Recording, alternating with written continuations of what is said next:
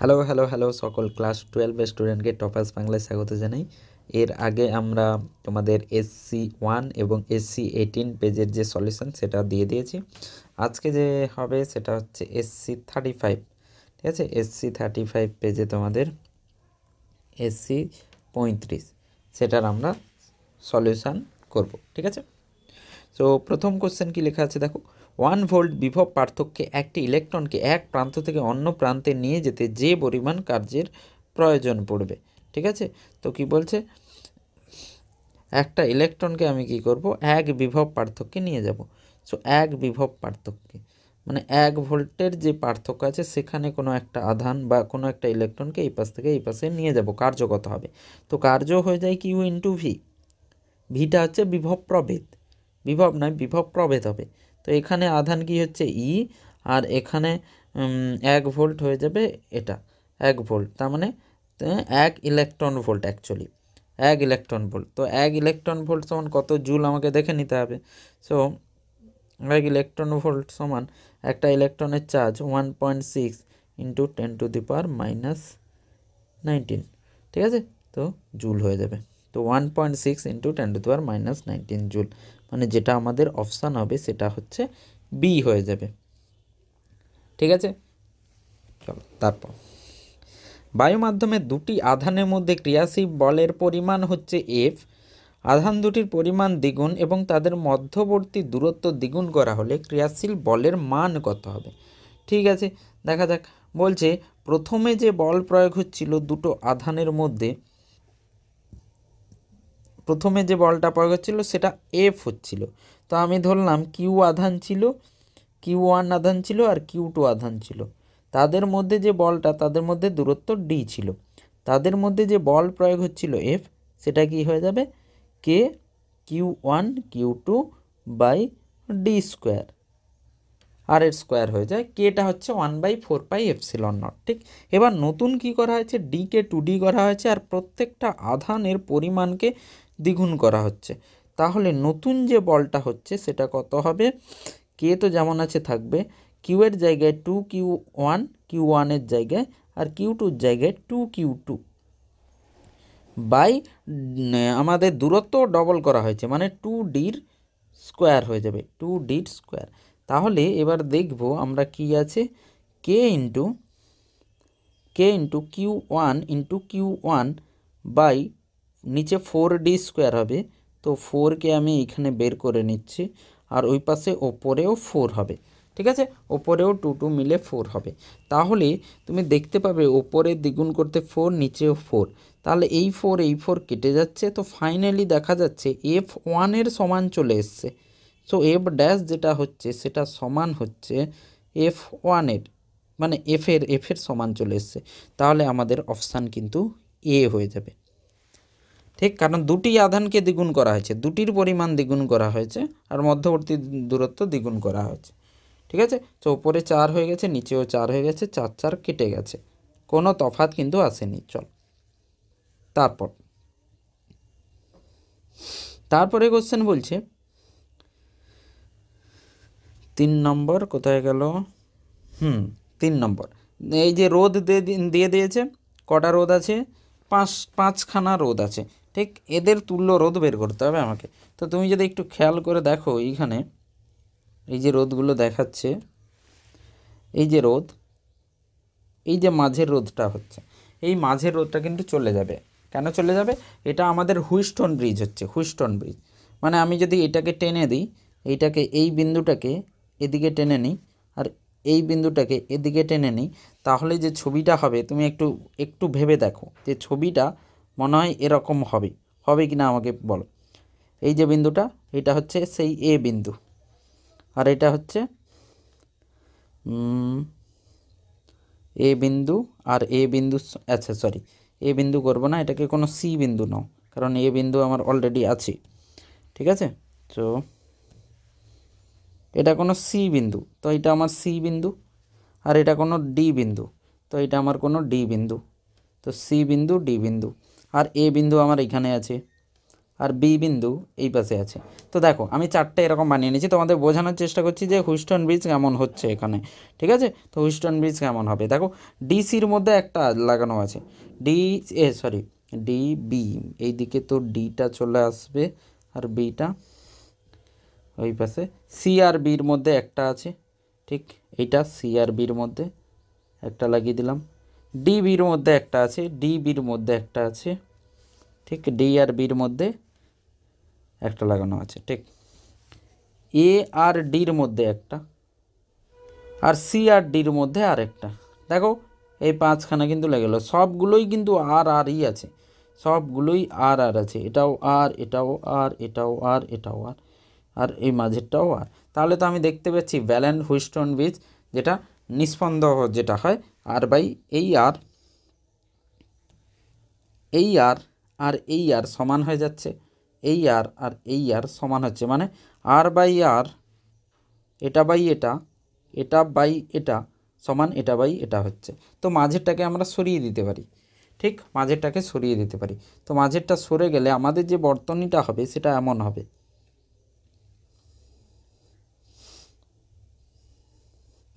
ঠিক। তো আর আর আর আর, তো এই দুটো কি হচ্ছে শ্রেণী সমবায়, এই দুটো শ্রেণী সমবায়।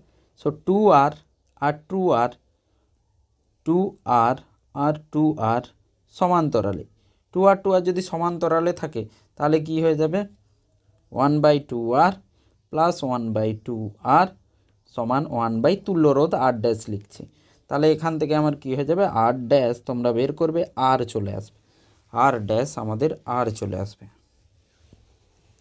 তো অপশান যেটা হবে আমাদের সেটা সি হবে, অপশান সি হবে, অপশান সি। তো ব্যালেন্স হুইটস্টোন ব্রিজ চলে এসছে, তো অপশান আমাদের সি, তো অপশান সি। হ্যাঁ এমনি দেখে তুমি বলতে পারবে স্যার আমি বোঝানোর জন্য এত সময় নিয়েছি, এই আর আর এই আর শ্রেণী সমবায়, তো টু আর তার এই আর এই আর শ্রেণী সমবায় টু আর, তারা সমান্তরালে, তো সমান্তরালে একই রোধ থাকলে সেইটা কী হয়ে যায়, হাফ হয়ে যায়, তো টু আরের হাফ আর হয়ে যাবে। তো এটা এরকম করলেও হতো। চলো সো আর সি। তারপর দুটি রিজু সমান্তরাল তারের উভয়ের মধ্য দিয়ে 1 অ্যাম্পিয়ার তড়িৎ প্রবাহিত হচ্ছে, প্রতিটির ক্ষেত্রে একক দৈর্ঘ্যে ক্রিয়াশীল বল হচ্ছে 10⁻⁶ নিউটন পার মিটার স্কোয়ার হলে দুটির মধ্যে দূরত্ব কত হবে। ঠিক আছে, দেখো এই কোশ্চেন, দুটো যদি তার থাকে, দুটো তারের মধ্যে দিয়ে কি হচ্ছে, তড়িৎ প্রবাহিত হচ্ছে, সমান না কি বলছে, দুটি রিজু তারের মধ্যে দিয়ে, উভয়ের মধ্যে দিয়ে, আচ্ছা ঠিক। সো এর মধ্যে দিয়ে কী হচ্ছে, ধরে নাও I1 আর I2 তড়িৎ প্রবাহিত হচ্ছে, আর এটা যদি ডি হয়, এদের মধ্যে যে বল প্রয়োগ হয় প্রতি একক ক্ষেত্রফলে কিন্তু, প্রতি একক দৈর্ঘ্যতে কিন্তু, কারণ এটা অসীম তারের জন্য আমরা পুরো বল ক্যালকুলেট করতে পারি না, পুরো প্রযুক্ত বল আমরা কি করি, প্রতি একক দৈর্ঘ্যতে কত বল লাগবে, তো সেটা হয়ে যায়। So μ0 I1 I2 by 2πd তাদের মাঝের গ্যাপ। ঠিক আছে, সো এবার আমাকে কি চেয়েছে, দুটি তারের মধ্যে দূরত্ব চেয়েছে, আর প্রতি একক দৈর্ঘ্যতে বল দিয়ে দিয়েছে, দেখো প্রতি একক দৈর্ঘ্যতে বল 10⁻⁶ নিউটন পার মিটার লিখেছে, মানে F/L দিয়েছে, এটা খেয়াল রাখতে হবে। ঠিক আছে, তো এবার দেখি আমি ভ্যালুগুলো বসিয়ে করার চেষ্টা করি, তাহলে ডি যেটা হবে F/L, তো ডিকে নিয়ে চলে যাই, μ0 I1 I2 বাই 2π হচ্ছে F/L। ঠিক আছে, F/L। তাহলে দেখো ভ্যালুগুলো বসিয়ে একটু চেষ্টা করি, μ0 হচ্ছে আমাদের হয় 4π × 10⁻⁷, I1 উভয়ই 1 অ্যাম্পিয়ার করে দেওয়া আছে, বাই 2π × F/L হচ্ছে 10⁻⁶, প্রতি একক দৈর্ঘ্যতে যে বলটা দেওয়া আছে সেটা কত, 10⁻, কোথায় গেল, 10⁻⁻6, ঠিক আছে। চল, তো তাহলে যে ভ্যালুটা আসবে 10⁻⁻6 আর 10⁻⁻7 ওপরে আছে, এখান থেকে আমার 2 আসবে, আর 10⁻⁻7 মানে 0.2 আসছে অ্যাকচুয়ালি। তো দূরত্ব হচ্ছে 0.2 মিটার। 0.2 মিটার আছে কিনা দেখা যাক। তো 0.2 মিটার মানে 100 গুণ করে দিলে 20 সেন্টিমিটার হয়ে যাবে, মানে অপশান বি আসছে, অপশান বি 20 সেন্টিমিটার। ঠিক আছে, যাদের সলিউশন দেখতে হবে দেখে নাও। তারপরে কোশ্চেন বলছে যে একটি তিরস্চম্বক পদার্থের চৌম্বক প্রবণতা কি হবে। তিরস্চম্বক পদার্থের চৌম্বক প্রবণতা যেটা হয়ে যাবে সেটা হচ্ছে μr-1 হয়ে যাবে, μr-1। দেখি দাঁড়াও, সো চৌম্বক প্রবণতা μr-1 হয়ে যাবে, যেখানে আমাদের তিরস্চম্বকে μr যেটা হয়ে যায় সেটা <1 হয়, পরাচম্বকের জন্য বেশি হয় 1 থেকে। তিরস্চম্বকের μr <1, তো <1 হলে তাহলে μr-1 0 হবে, তার মানে 0-র থেকে কম হবে। ঠিক আছে, তো তিরস্চম্বক পদার্থের চৌম্বক প্রবণতা যেটা হবে 0-র অপেক্ষা কম, অপশান ডি হবে। চল এগোচ্ছি। তারপর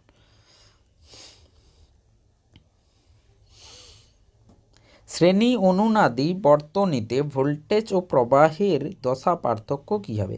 শ্রেণী অনুনাদি বর্তনীতে অনুনাদ হয়েছে, অনুনাদের সময় অ্যাকচুয়ালি কী হয়ে যায়, আমাদের যে প্রতিঘাত হয়ে যায়, এরকম ধরো থাকে, রোধ থাকে, আবেশক থাকে, আর কি থাকে, ধারক থাকে। ঠিক, তো কি হয়ে যায়, এর সময় যখন অনুনাদ হয় তখন ভোল্টেজ আবেশকের যা হয় ভোল্টেজ ধারকেরও তাই হয়ে যায়, কিন্তু দুটো উল্টো দিকে হয়। ভোল্টেজ আর কি বলে VL আর VC উল্টো দিকে থাকে, আর VRটা এভাবে থাকে। তো VL VC যদি সমান হয়ে যায় অনুনাদের সময় শুধুই VR থাকে, তার মানে অনুনাদের সময় যে বর্তনী সেই বর্তনী হচ্ছে পূর্ণ রোধ হিসেবে কাজ করে। ঠিক আছে, শুদ্ধ রোধ বর্তনী হিসেবে কাজ করে। তাহলে শুদ্ধ রোধে কি হয়ে যায়, কারেন্ট যেদিকেই থাকে সেদিকেই ভোল্টেজ কিন্তু থাকে। পূর্ণ মানে শুদ্ধ রোধ বর্তনীতে এভাবে হয়। তাহলে দশা পার্থক্য যেটা হবে সেটা 0 হওয়া উচিত। ঠিক আছে, তো অপশান ডি ফর দিল্লি। চলো নেক্সট পার্ট। তারপরে কোশ্চেন বলছে একটি বৈদ্যুতিক বাল্ব 220 ভোল্ট 50 হার্জ তড়িৎ উৎসের সঙ্গে যুক্ত। একটি বৈদ্যুতিক বাল্ব 220 ভোল্ট আর 50 হার্জ তড়িৎ উৎসের সঙ্গে যুক্ত। ভোল্টেজের শীর্ষ মান হবে, ঠিক শীর্ষ মান কি হয়ে যাবে, তো ভোল্টেজের শীর্ষ মান আমরা যে 220 লিখি সেটা কিন্তু RMS ভোল্টেজ, তো VRMS যেটা হবে সেটা হচ্ছে 220 ভোল্ট, আর আমাদের শীর্ষ মানের √2 করলে আমরা VRMS পাই। তার মানে শীর্ষ মান যেটা হবে RMS-এর সঙ্গে √2 আরও গুণ করতে হয়। সো 220 সঙ্গে √2 যদি গুণ করো 311 আসবে, 311। তো ভোল্টেজের শীর্ষ মান হবে 311। ঠিক, তো আমাদের বাড়িতে যে তড়িৎ প্রবাহিত হয় তার RMS 220 ভোল্টেজ 220 ভোল্ট, কিন্তু সেটা RMS, কিন্তু ও কিন্তু কি হয়, ওর যে শীর্ষ ভ্যালু হয় সেটা 311 ভোল্টের হয়। সেই জন্য কখনো কখনো জিজ্ঞেস করে যে 220 RMS বেশি ডেঞ্জারাস নাকি 220 AC বেশি ডেঞ্জারাস নাকি DC, এভাবে জিজ্ঞেস করতে পারে। 220 ভোল্ট AC আর 220 ভোল্ট DC কোনটা বেশি বিপজ্জনক? 220 AC ভোল্ট বেশি বিপজ্জনক, কারণ এর শীর্ষ ভ্যালু যায় 311 ভোল্টে, খেয়াল রাখবে। তারপরে প্রশ্ন হচ্ছে নিচের কোন কম্পাঙ্কটি রেডিও তরঙ্গের কম্পাঙ্ক হতে পারে। ঠিক, তো এটার ডাটা তোমাকে মনে রাখতে হবে। এটা বিভিন্ন স্যাম্পল পেপারে এই কোশ্চেন আছে। সো রেডিও ওয়েভের যে কম্পাঙ্ক হয় সেটা হয়ে যায় 3 কিলোহার্জ, 3 × 10⁻³ থেকে 3 হার্জ থেকে 3 × 10⁻11 হার্জ পর্যন্ত থাকে, 3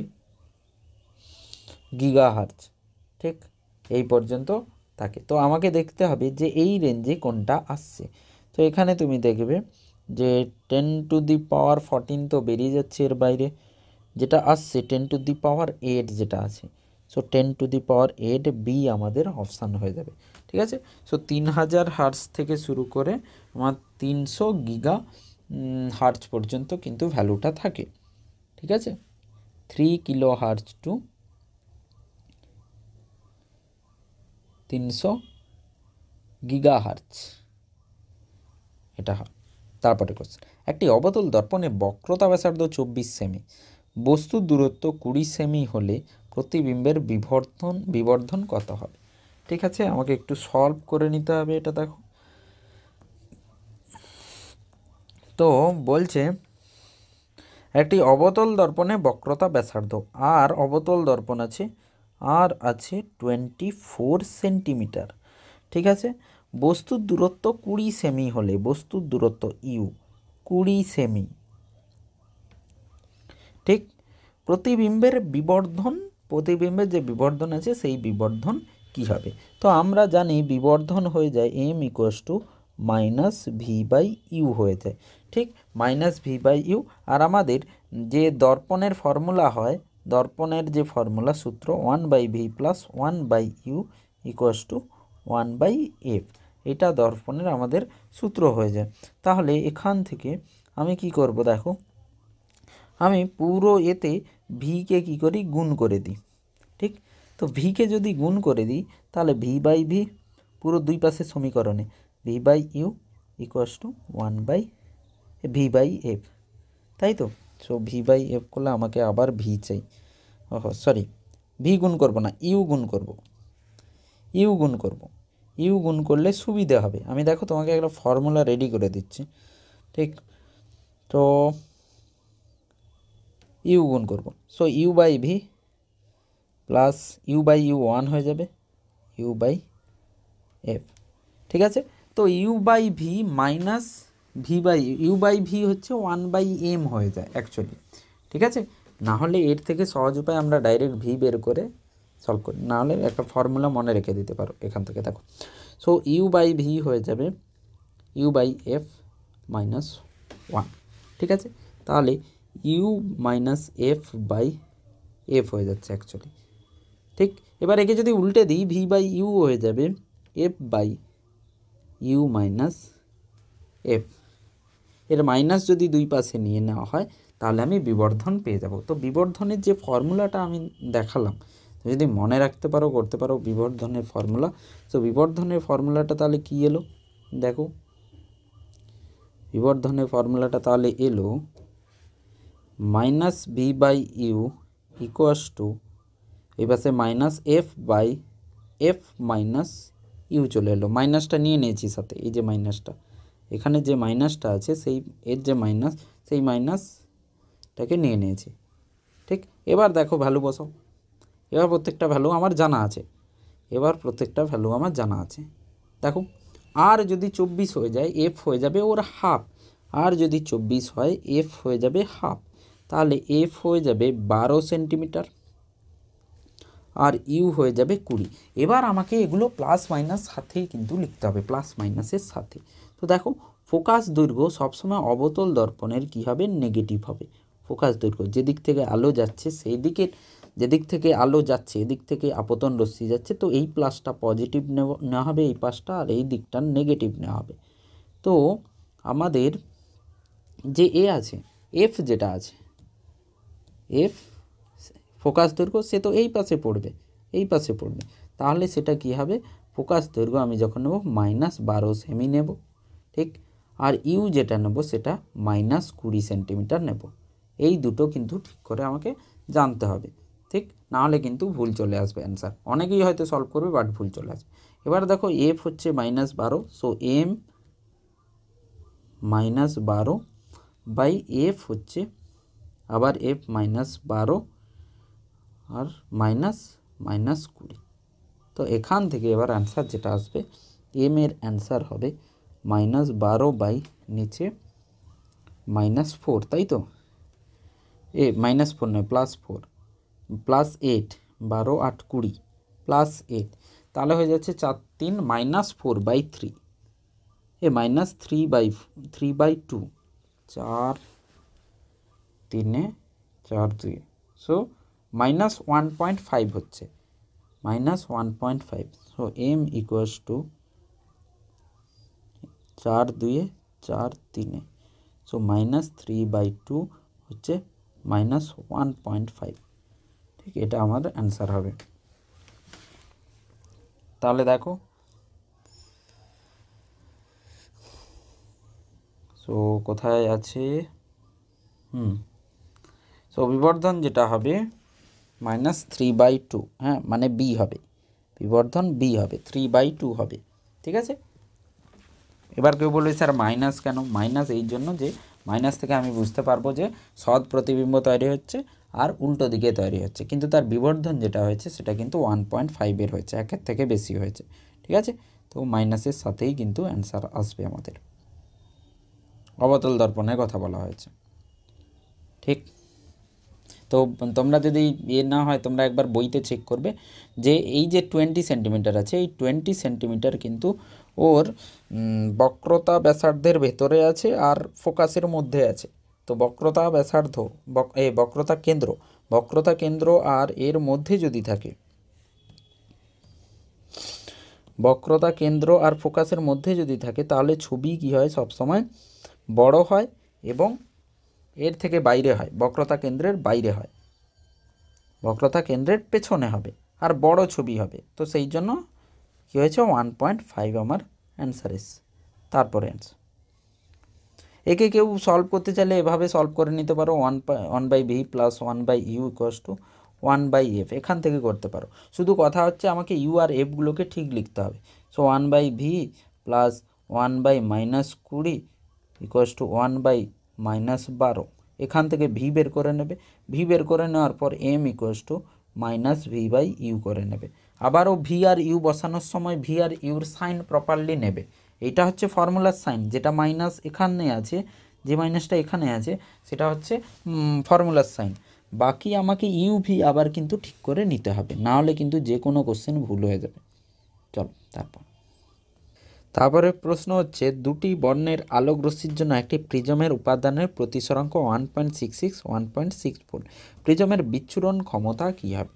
তো প্রিজমের বিচ্ছুরণ ক্ষমতা আমরা যখন বের করি, তোমরা দেখবে বইতে এরকম ছবি আছে, এরকম আলোর বিচ্ছুরণ ঘটেছে। যদি আমি লাল নিই, এখান থেকে এটা,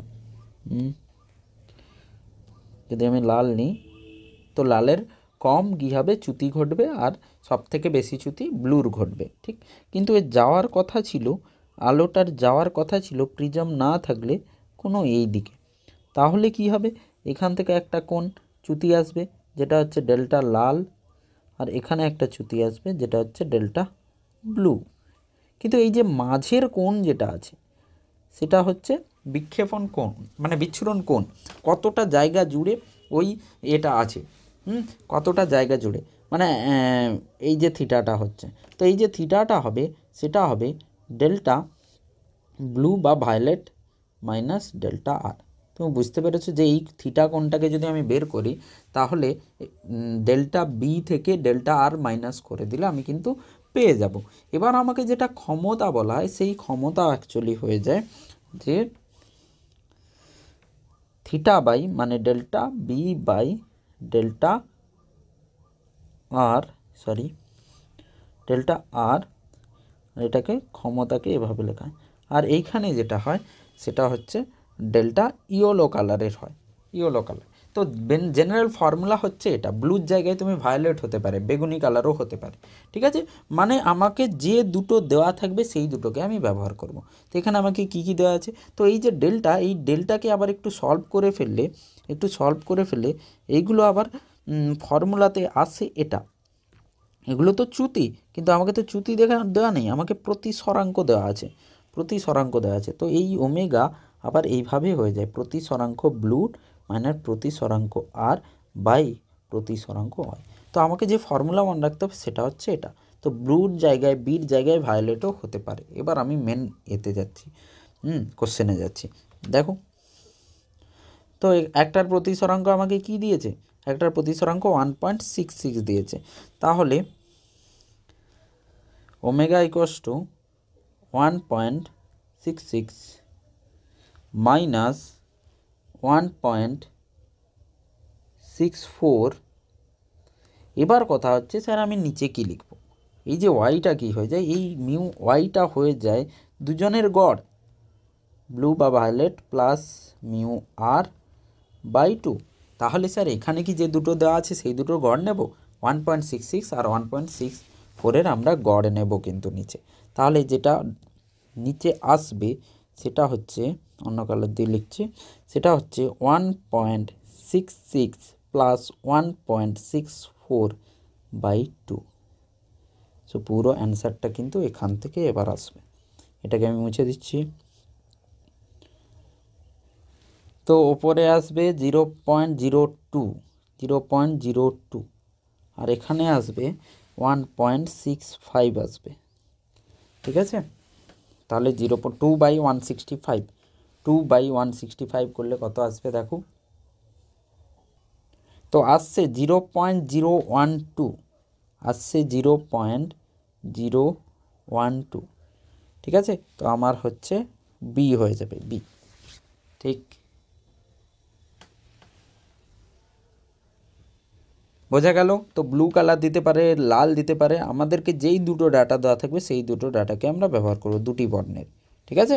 তো এখানে লাল আর ব্লু বলা নেই কিন্তু, 1.6 আর 1.64 কিছুই বলা নেই, দুটো দিয়েছে তো দুটোকে আমরা ইউজ করব। তো অপশান আমাদের যেটা হবে সেটা বি হবে।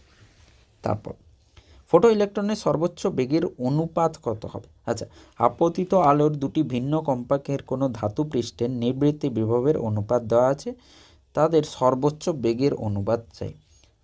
কী হবে দেখো, সো ফটো ইলেকট্রিক এফেক্ট আমাকে একটু বুঝতে হবে, ঠিক। তো ফটো ইলেকট্রিক কি বলছে, আপতিত আলোর 11 বলছি 11, আপতিত আলো দুটির ভিন্ন কম্পাঙ্কের, আপতিত আলো দুটির ভিন্ন কম্পাঙ্কের অন্য কোনো ধাতু পৃষ্ঠে নিবৃত্তি বিভবের অনুপাত দেওয়া আছে। সো দুটি তল দেওয়া আছে, দুটি মেটাল নেওয়া হয়েছে, ধাতু নেওয়া হয়েছে, একটার নিবৃত্তি বিভব হচ্ছে V1 আর একটার হচ্ছে V2 স্টপিং পোটেনশিয়াল, ঠিক আছে।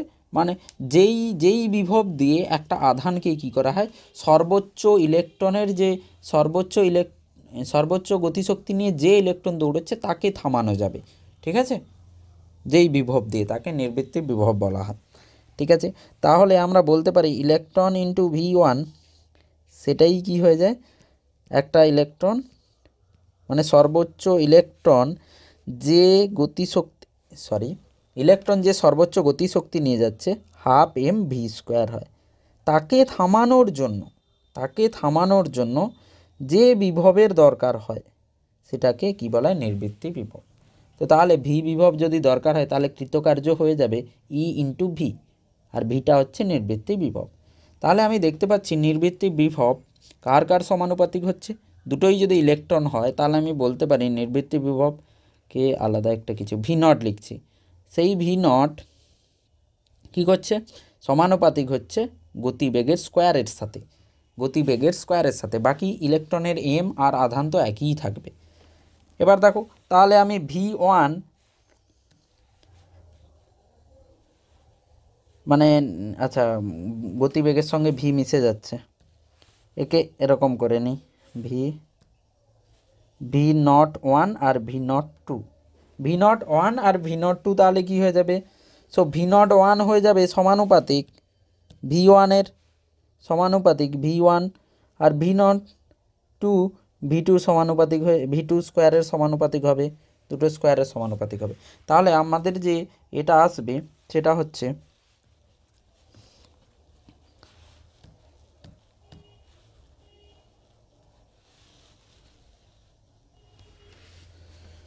So V01 by V02 equals to V1² by V2²।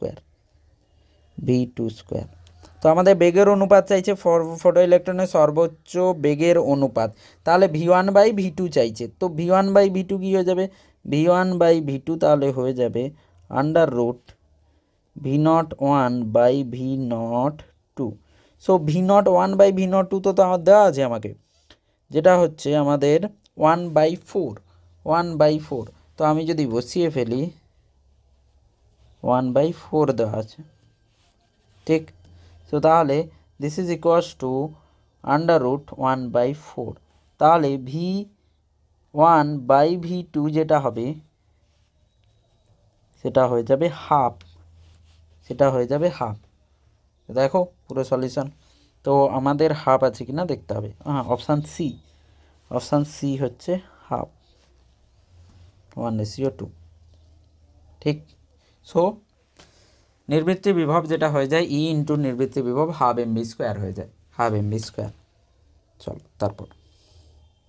তারপরে কোশ্চেন 12।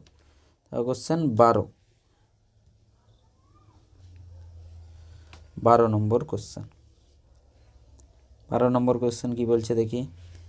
সো একটি H পরমাণুর ইলেকট্রন তৃতীয় কক্ষপথে ভ্রমণশীল। একটি H পরমাণুর যে ইলেকট্রন আছে তৃতীয় কক্ষপথে ভ্রমণ করছে। কৌণিক ভরবেগ কত হবে? আচ্ছা, কৌণিক ভরবেগ কত হবে? তো আমরা জানি mvr কৌণিক ভরবেগ হয়, সেটা কি হয় nh/2π হয়ে যায়, nh/2π। এটাই হচ্ছে কৌণিক ভরবেগ mvr। তো mvr এর কোনো দরকারই নেই, mvr এর এখানে কোনো দরকার নেই। সো কৌণিক ভরবেগ L যেটা হয়ে যাবে nh/2π। সো তৃতীয় কক্ষপথে যদি ঘোরে তাহলে 3h/2π।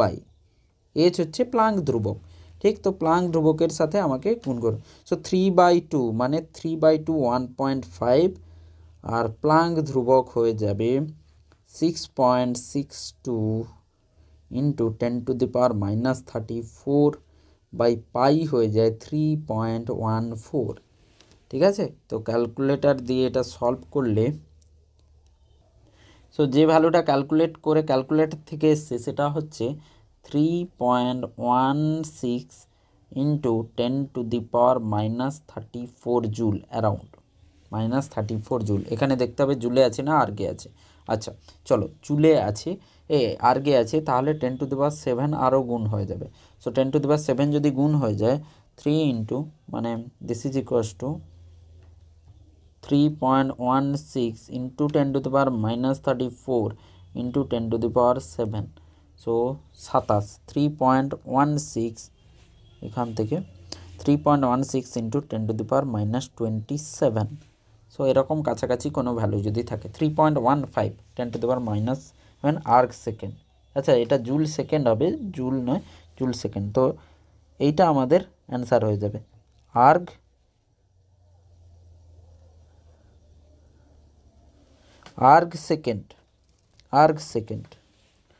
সেকেন্ড হয়ে যাবে। চলো তার মানে আমাদের হয়ে যাচ্ছে অপশান এ,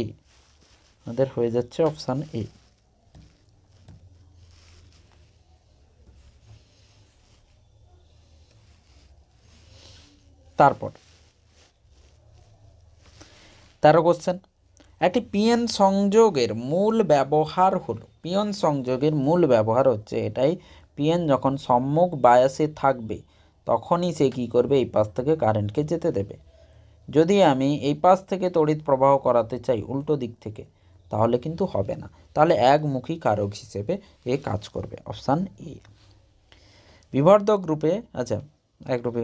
তারপরে হচ্ছে বিস্তার মডুলেশনের সর্বোচ্চ বিস্তার দেওয়া আছে, সর্বনিম্ন বিস্তার দেওয়া আছে 25V অ্যান্ড 5 ভোল্ট, ঠিক। মডুলেশন সূচক কি হবে? তো মডুলেশন ইন্ডেক্স যেটা হয়ে যায় সেটা হয়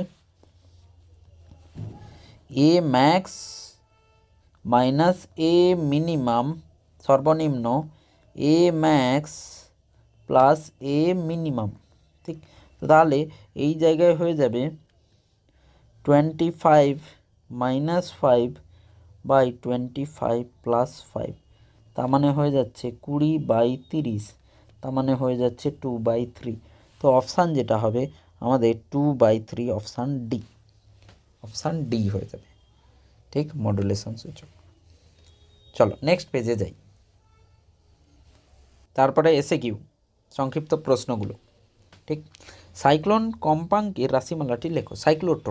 সাইক্লোট্রনের রাশিমালাটি লেখো। তো সাইক্লোট্রনে কি হতো, এরকম দুটো ডি থাকতো, ডি স্ট্রাকচার। ইলেকট্রন এখানে ছেড়ে দেওয়া হতো, সে এভাবে গোল গোল করে ঘুরতে থাকতো, দিয়ে একটা জায়গা থেকে বেরিয়ে যেত, ঠিক আছে, এভাবে করে ঘুরতো। তার মানে কি হচ্ছে, যে কোনো সময়ে কি হচ্ছে, ওই যে ইলেকট্রন আছে তার উপরে ইলেকট্রন নয়, যে কোনো আধান, ইলেকট্রন এতে ব্যবহার করা হয় না, সাইক্লোট্রনে ইলেকট্রন ব্যবহার করা হয় না, যে কোনো আধান।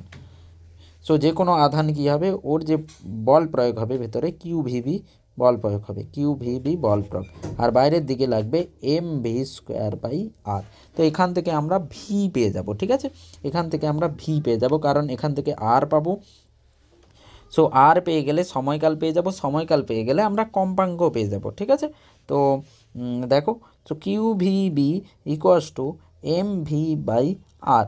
তো QVB একটা ভি কেটে যাবে, তো আর হয়ে যাবে r = mv/QB, এটা হচ্ছে, ঠিক আছে। এবার আমরা যদি সময়কাল বের করতে চাই, সময়কাল পর্যায়কাল বের করে নিলে তার যে হবে কম্পাঙ্ক হয়ে যাবে 1/t, আর সেই সময়কাল হয়ে যায় 2πr/v। সময়কাল কিভাবে হবে, সেই সময়কাল এভাবে গোল করে ঘুরলে যে দূরত্ব অতিক্রম করবে সেটা কি হবে, 2πr হবে। সো 2πr যদি হয়ে যায়, 2πr/v আমাদের সময়কাল হবে। তো 1/t হলে v/2πr হবে, v/2πr আমাদের কম্পাঙ্ক। এবার আমরা আর বসিয়ে দিই, আর হয় 2π, আর হয়ে যাবে mv/QB। তো সেখান থেকে ভিবি কেটে যাবে, আমাদের যে ফাইনাল অ্যান্সারটা আসবে সেটা হচ্ছে ভিবি কেটে গেলে QB/2πm। তো রাশিমালাটা যেটা হবে সেটা হচ্ছে QB/2πm। সো যে রাশিমালাটা হবে সেটা QB/2πm হবে। তো দেখে নাও, এফ কম্পাঙ্ক।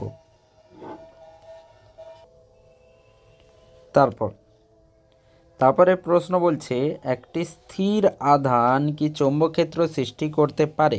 একটি স্থির আধান কোনোদিন চৌম্বক ক্ষেত্র সৃষ্টি করতে পারবে না, কারণ চৌম্বক ক্ষেত্র তৈরির জন্য তড়িৎ প্রবাহ হতে হবে, আর স্থির আধান তড়িৎ প্রবাহ করতে পারে না। যখনই আধান এক জায়গা থেকে অন্য জায়গায় গতিশীল হবে তখনই কিন্তু তড়িৎ প্রবাহ হবে, তড়িৎ প্রবাহ হলে কি হবে, চৌম্বক ক্ষেত্র তৈরি হবে, ঠিক। তো স্থির আধান চৌম্বক ক্ষেত্র সৃষ্টি করতে পারে না হবে। তারপর চৌম্বক প্রবাহের এসআই এককটি কি হবে? চৌম্বক প্রবাহের এসআই একক মানে আমাদের চৌম্বক ফ্লাক্স বলছে, চৌম্বক ফ্লাক্সের এসআই একক কি হয়ে যাবে? তো চৌম্বক ফ্লাক্সের এসআই একক যেটা হবে সেটা হবে ফ্লাক্স B/S হয়ে যায়, মানে টেসলা ক্ষেত্রফল, টেসলা মিটার স্কোয়ার, বা আমি এটাকে বলতে পারি ওয়েবার, ফ্লাক্সের ওয়েবার হয়ে যায়, WB ওয়েবার। তারপরে প্রশ্ন হচ্ছে, চৌম্বক আবেশ বা চৌম্বক প্রবাহ ঘনত্বের এসআই একক কী? তো প্রথমে চৌম্বক প্রবাহ জিজ্ঞেস করেছে, যেটা আমাদের কী হয়ে যায়, ফ্লাক্স হয়ে যায়। এবার চৌম্বক প্রবাহ ঘনত্ব যদি হয়ে যায় ফ্লাক্স বাই ক্ষেত্রফল হয়ে যাবে।